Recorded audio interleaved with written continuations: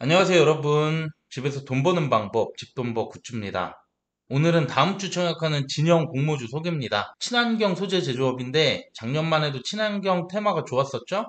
올해는 기대감이 많이 낮아지긴 했지만 여전히 성장 가능성은 높은 섹터입니다. 네, 과연 청약해도 괜찮을지 지금부터 확인해 볼게요. 구독과 좋아요, 알림 설정은 저에게 큰 힘이 됩니다.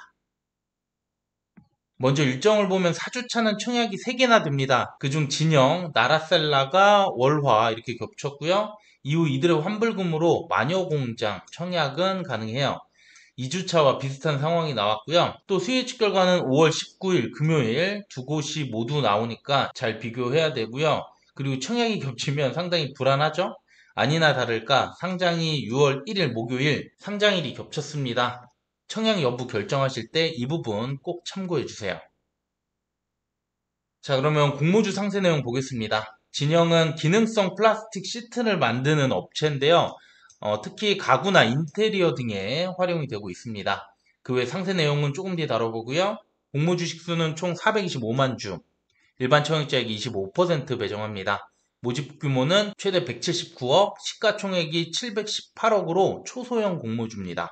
주관사는 하이투자증권 단독이고요. 공모가 밴드는 단가가 낮아요. 3,600원에서 4,200원. 유통물량은 30.2%, 금액이 217억밖에 안 됩니다. 그 다음 청약한도 보겠습니다. 공모가 상단 기준이고요. 최소 청약수는 10주, 증거금 2만 1,000원 필요합니다. 하이투자증권은 우대가 따로 없는데요. 최고한도 10만 주가 약간 넘고 증거금은 2억 2,313만 원입니다. 뭐 한도는 넉넉할 것 같고요. 그리고 계좌가 없는 분들은 청약 직전일 5월 20일 일요일까지는 개설해 주셔야 됩니다. 자, 그러면 지금부터 이번 청약의 핵심 포인트 말씀드려 볼게요. 먼저 기업 소개부터 해보겠습니다. 진영은 가구나 건축자재, 가전 등에 들어가는 마감재를 생산하는 업체인데요. LG화학과 협력해서 ASA 소재 매출의 거의 대부분을 차지하는 이 제품이 핵심입니다. 내구성이나 내열성, 특히 친환경성에 있어서 우위가 있는 제품이고요. 향후 사업은 21년 이후 코로나 여파로 매출 성장세가 어느 정도 멈췄는데요. 특히 중국 쪽 매출에 타격이 있었는데 올해부터는 다시 회복 가능성이 높다고 합니다. 추가로 중국 가전 내외장재 쪽 진출까지 해외 매출 비중을 더 높일 계획이라고 합니다. 또 건축이나 자동차, 반도체 등 신제품 개발도 추진한다고 하네요. 앞서 말씀드린 것처럼 22년은 코로나 여파가 있었어요. 21년까지 매출 성장세가 높게 유지가 됐었는데 22년은 매출이 빠지면서 역성장했죠. 그런데 22년 실적으로 공모가를 산정하기 때문에 지금이 최고 실적이 아닌 게 더 좋습니다. 그래서 실적은 크게 우려할 사항은 아닌 것 같아요. 그 다음 유통 물량을 보면 비율이 30%로 보통이긴 합니다. 하지만 금액으로 217억 상당히 좋은 편이에요.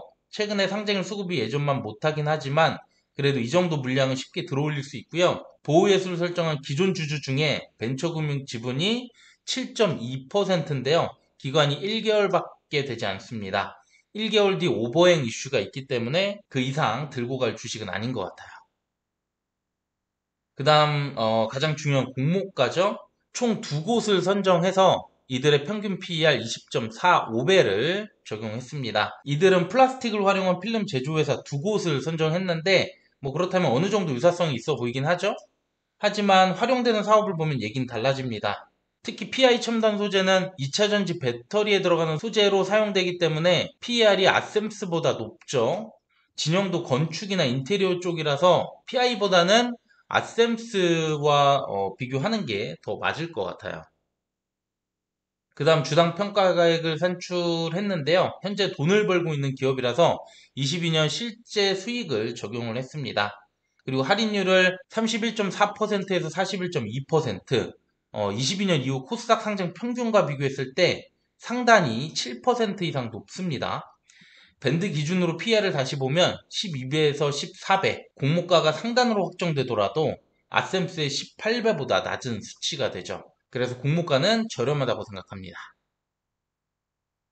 마지막 공모주 사례인데요. 올해는 특히 소형 공모주 수익률이 높았습니다. 올해 유통금액이 300억 미만 사례들을 보면 수요 예측 상관없이 만족할 만한 수익을 줬습니다. 진영은 특히 시총이 718억으로 작아서 수요 예측 결과만 준수하게 나온다면 이번에도 좋은 결과 기대해 볼 수 있겠어요. 네, 그럼 오늘 말씀드린 내용 요약해 보겠습니다. 먼저 장점은 코로나 이후 해외 수출이 이제 바닥을 찍었다, 이런 평가가 있기 때문에 그래서 성장성이 높아 보이고요. 시총이 718억, 유통금액이 217억으로 초소형 공모주 사례를 봤을 때 성과가 좋았죠. 또 공모가 산정 시 실제 이익을 적용했고 할인율도 높게 잡혀서 저는 공모가는 저렴하다고 생각합니다. 그 외 단점은 뭐 딱히 없긴 하지만 규모 자체가 적기 때문에 뭐 배정을 많이 받을 수 있을지는 모르겠습니다. 또 그리고 나라셀라와 동시 상장이라는 점 역시 수급이 우려될 수 있어서 이런 부분들은 고려해 주시면 좋을 것 같아요. 네, 오늘 내용은 여기까지고요. 진영 수요예측 결과는 이번 주 금요일 나라셀라와 같이 나옵니다. 금요일엔 두고 비교해서 영상 올려드릴 테니까 청약 전 꼭 참고하시길 바랄게요. 네, 오늘 내용도 괜찮았다면 구독과 좋아요, 알림 설정 부탁드립니다. 감사합니다.